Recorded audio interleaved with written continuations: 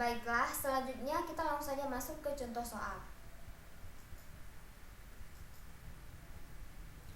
Soal yang pertama tentang gaya listrik pada elektron oleh proton.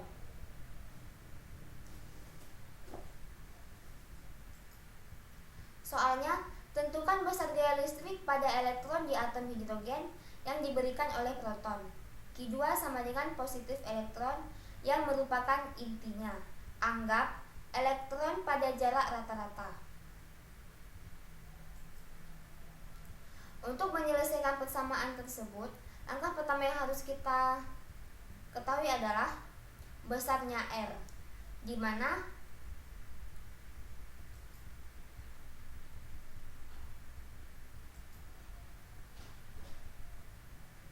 R di sini sebesar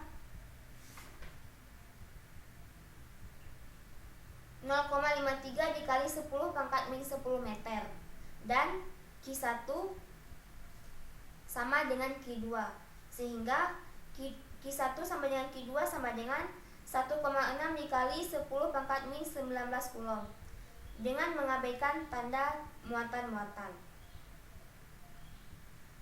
Menurut hukum Coulomb, besarnya gaya bekerja pada suatu muatan adalah F sama dengan K dikali Q1 kali Q2 per R kuadrat. Sehingga kita dapat memasukkan ke dalam persamaan tersebut F sama dengan 9 dikali 10 pangkat 9 Newton meter kuadrat per Coulomb kuadrat dikali 1,6 dikali 10 pangkat min 19 Coulomb. Kemudian dikali 1,6 dikali 10 pangkat min 19 Coulomb per 0,3 kali 10 pangkat min 10 meter dikuadratkan. Sehingga kita mendapatkan besarnya F adalah 8,2 dikali 10 pangkat 8 Newton. Nah, perhatikan gambar berikut. Arah gaya pada elektron adalah menuju ke proton, karena muatan-muatan tersebut memiliki tanda yang berlawanan, sehingga gaya bersifat tarik-menarik.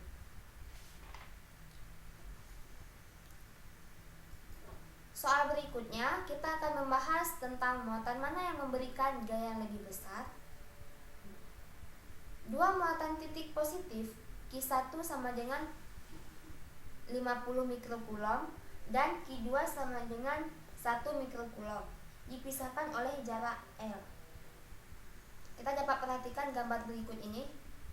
Gambar ini ya, dua buah muatan yang dipisahkan sejauh L.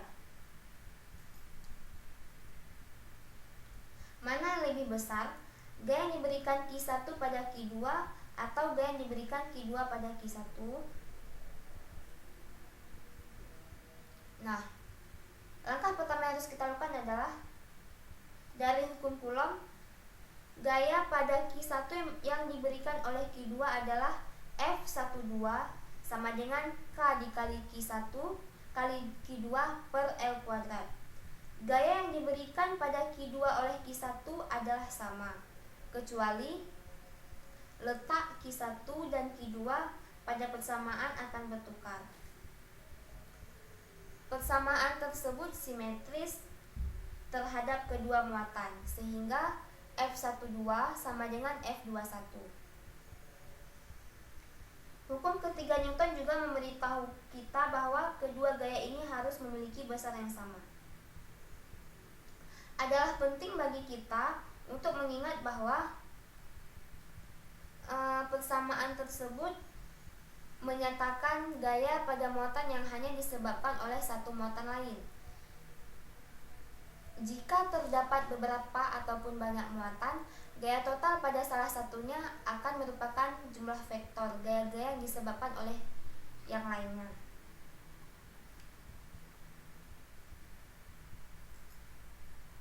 Selanjutnya kita akan membahas tentang penyelesaian masalah yang melibatkan hukum Coulomb dan vektor.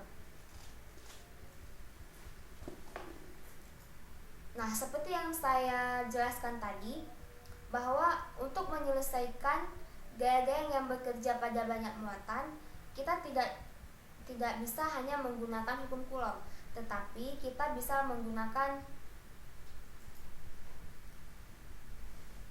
vektor.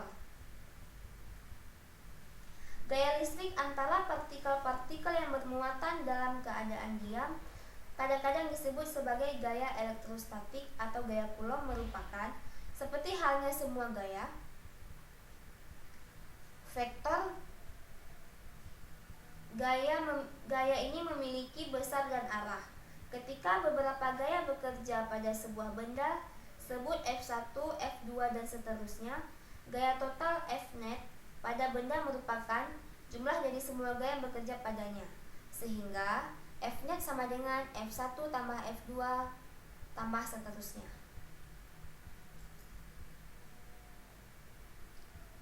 Perhatikan gambar pertama. Gambar pertama itu menyatakan dua gaya yang bekerja pada satu benda. Kemudian gambar yang kedua, gaya total adalah F sama dengan F1 ditambah F2 dengan menggunakan metode pangkal ke ujung untuk penambahan vektor. Gambar yang selanjutnya ini menggunakan metode jajaran genjang, di mana F sama dengan F1 tambah F2 dengan menggunakan metode jajaran genjang.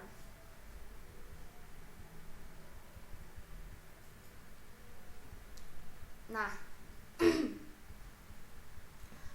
kedua metode ini berguna untuk memahami suatu soal, untuk mendapatkan gambaran mengenai apa yang terjadi, tetapi untuk menghitung arah dan besar jumlah resultan akan lebih tepat jika kita gunakan metode penambahan komponen. Perhatikan gambar berikut.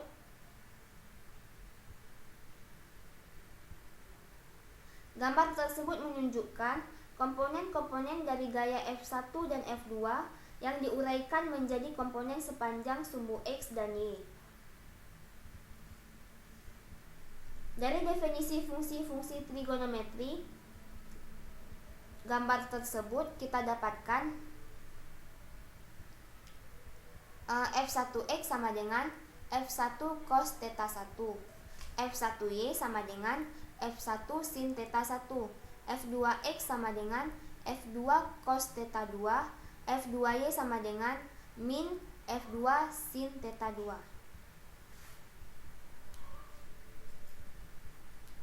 Kita jumlahkan komponen-komponen X dan Y secara terpisah untuk mendapatkan komponen gaya resultan F, yaitu Fx sama dengan F1X tambah F2X sama dengan F1 cos theta 1 tambah F2 cos theta 2. Fy sama dengan F1Y tambah F2Y sama dengan F1 sin theta 1 dikurang F2 sin theta 2. Besarnya F adalah F sama dengan akar dari Fx kuadrat ditambah Fy kuadrat.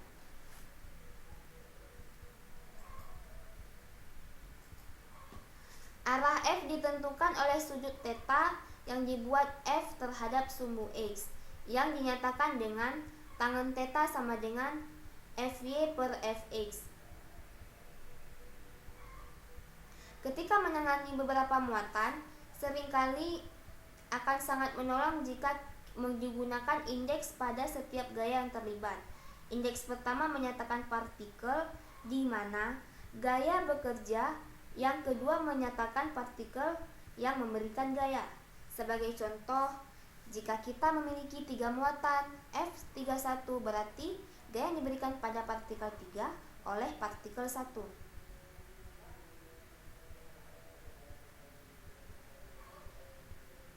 Dalam menerapkan hukum Coulomb, kita biasanya berhadapan dengan besar muatan saja dengan mengabaikan tanda minus. Untuk mendapatkan besar setiap gaya, kemudian tentukan arah gaya secara fisik. Muatan yang sama tolak menolak, yang tidak sama tarik menarik, dan gambarkan gaya pada diagram. Akhirnya, jumlahkan gaya-gaya tersebut pada satu benda sebagai vektor. Nah, untuk lebih jelasnya, perhatikan contoh berikut. Contoh ini menyatakan 3 muatan pada satu garis. 3 partikel bermuatan disusun dalam satu garis. Sebagaimana ditunjukkan pada gambar di bawah ini, hitung gaya elektrostatik total pada 3 muatan. Pada partikel 3, muatan min 4 mikrokulom di sebelah kanan, yang disebabkan oleh 2 muatan yang lain.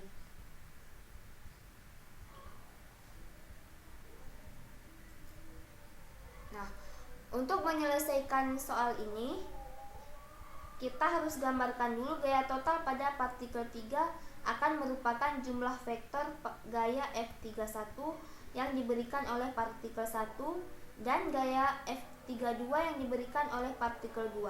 F sama dengan F31 ditambah F32. Besar kedua gaya ini adalah F31 9 dikali 10 pangkat 9 Newton meter kuadrat per kulom kuadrat dikali 4 kali 10 pangkat min 6 kulom dikali 8 dikali 10 pangkat min 6 kulom per 0,5 meter kuadrat. Sehingga kita mendapatkan besarnya gaya pada F31 adalah 1,2 Newton. Selanjutnya F32 sama dengan 9 dikali 10 pangkat 9 Newton meter kuadrat per kulom kuadrat dikali 4 dikali 10 pangkat min 6 kulom dikali 3 dikali 10 pangkat min 6 kulom per 0,5 meter dikuadratkan. Sehingga kita memperoleh F32 2,7 Newton.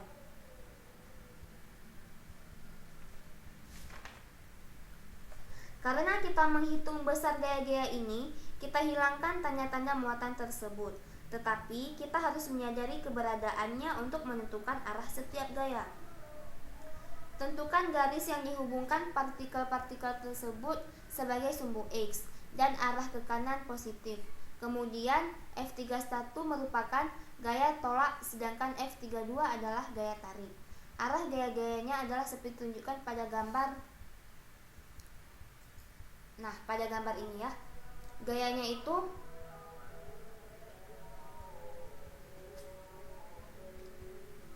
F31 merupakan gaya tolak dan F32 menunjukkan arah X negatif. Sehingga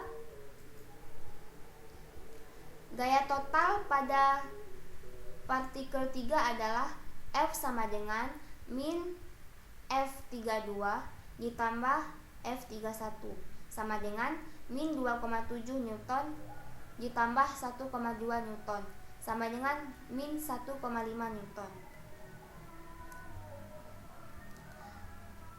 Besar gaya total adalah 1,5 Newton dan menunjukkan ke kiri. Perhatikan bahwa muatan yang di tengah ataupun Q2 tidak lagi tersekat oleh dampak muatan lain. Q1, Q2 sendiri mengeluarkan gaya juga tentunya.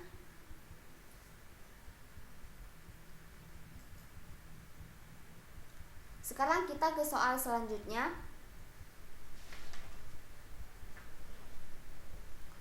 Nah, soal selanjutnya itu tentang gaya listrik dengan menggunakan komponen-komponen vektor.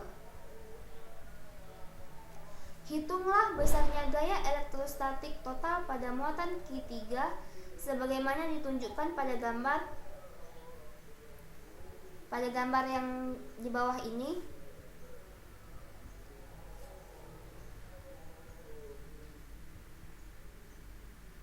Yang disebabkan oleh muatan-muatan Q1 dan Q2.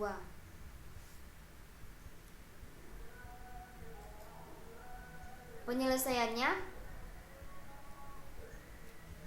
gaya-gaya F31 dan F32 memiliki arah yang ditunjukkan pada diagram karena Q1 memberikan gaya tarik dan Q2 gaya tolak. Besarnya F31 dan F32 adalah dengan mengabaikan tanda-tanda karena kita mengetahui arahnya. F31 sama dengan 9 9 dikali 10 pangkat 9 Newton meter kuadrat per kulom kuadrat dikali dengan 6,5 dikali 10 pangkat min 6 kulom dikali 8,6 dikali 10 pangkat min 6 kulom per 0,6 meter dikuadratkan. Sehingga kita memperoleh F31 sama dengan 140 Newton. Nah, sekarang F32 sama dengan 9 dikali 10 pangkat 9 Newton meter kuadrat per kulom kuadrat dikali 6,5 dikali 10 pangkat min 6 kulom dikali 5 dikali 10 pangkat min 5 kulom min 6 maksud saya diperkan dengan 0,3 meter dikuadratkan, sehingga kita memperoleh F32 sama dengan 330 Newton.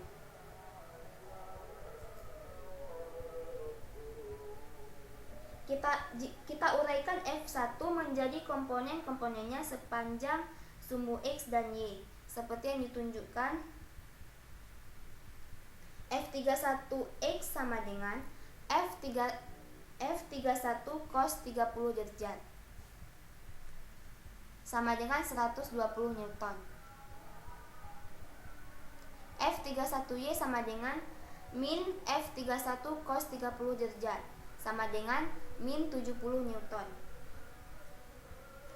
Gaya F32 hanya mempunyai komponen Y. Jadi, gaya total F pada Q3 mempunyai komponen-komponen Fx sama dengan F31X sama dengan 120 Newton. Fy sama dengan F32 tambah F31Y. Maksud saya F32Y tambah F31Y sama dengan 330 Newton dikurang 70 Newton sama dengan 260 Newton.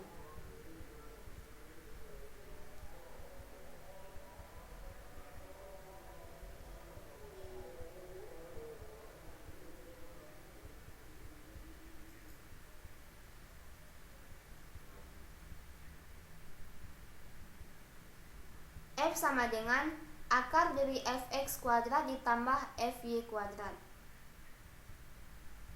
Ini merupakan persamaan untuk menyatakan besarnya gaya total. Sehingga F sama dengan akar 120 Newton kuadrat ditambah 260 Newton kuadrat sama dengan 290 Newton.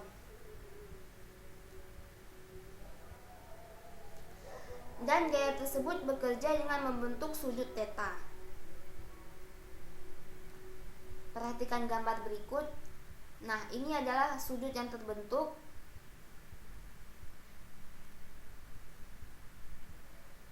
Dengan gaya tersebut yang bekerja dengan membentuk sudut theta dan dinyatakan dengan tangen theta sama dengan Fy per Fx sama dengan 260 Newton per 120 Newton sama dengan 2,2 sehingga theta sama dengan 65 derajat.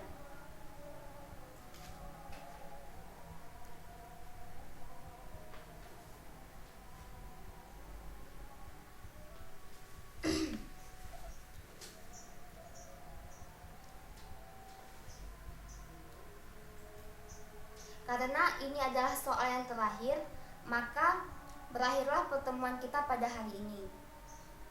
Untuk materi-materi yang lainnya nanti akan kita bahas jika ada waktu dan kesempatan lagi. Jika ada kekurangan saya mohon maaf. Saya akhiri dengan wabillahi taufiq wal hidayah. Wassalamualaikum warahmatullahi wabarakatuh. Tetap semangat dan sampai jumpa.